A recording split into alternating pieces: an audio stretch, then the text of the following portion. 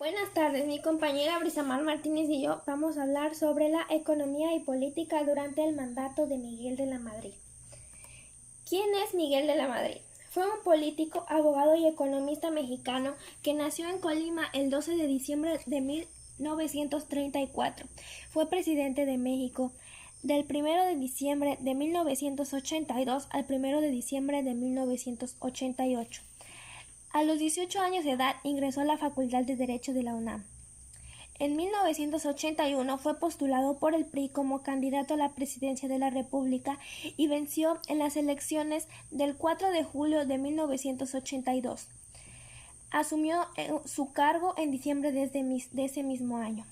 De la Madrid llega a su poder en una de las épocas más difíciles del país, mucho debido a su antecesor José López Portillo, quien nacionalizó la banca 3 meses antes de salir del poder, tras 2 sexenios de gastos excesivos. Como resultado, la inflación subió a un promedio de 100% cada año. El empleo informal creció a 20% entre 1983 y 1985 y hubo caídas drásticas en producción y sobre todo en las industrias gubernamentales. Economía y política durante el mandato de Miguel de la Madrid.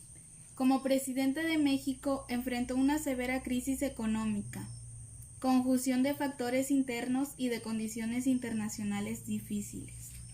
En el año de 1982 el país estaba en bancarrota. México en ese año casi no tenía reservas internacionales. Había una inflación desbordada, lo que hizo que el gobierno de Miguel de la Madrid fue llevar una política austera y al mismo tiempo realizar cambios fundamentales para hacer más eficaces a los sectores público y privado.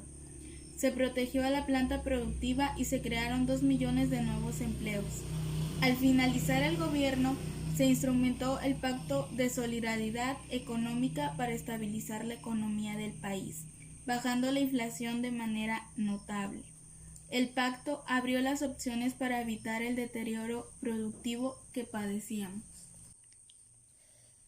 El Pacto de Solidaridad Económica y sus objetivos. El Pacto de Solidaridad Económica fue un acuerdo político-económico firmado el 15 de diciembre de 1987 por el entonces presidente de México, Miguel de la Madrid, con el objetivo de detener el incremento de los intereses, la inflación y la evaluación del peso mexicano. Sus objetivos eran deslizar el peso frente al dólar, incrementar el salario entre el 6% y el 8%, aumentar un precio de productos y servicios del sector sin completar gasolina, electricidad ni gas, que tiene mayor impacto a la inflación, detener la estabilidad de precios, promover el incremento de la economía, estimular la producción agrícola por medio de la canalización del crédito público, renegociar la deuda externa. Este pacto fue creado entre gobierno, productores, comerciales y consumidores. En el gobierno se comprometía a no incrementar impuestos, costo de luz, combustibles, agua y teléfono. La devaluación del peso. Para el 18 de noviembre, el gobierno dispuso una devaluación del peso del 55% y el tipo de cambio intervenido se fijó en las 2.278 unidades por el dólar, haciéndolo coincidir con el tipo de cambio libre.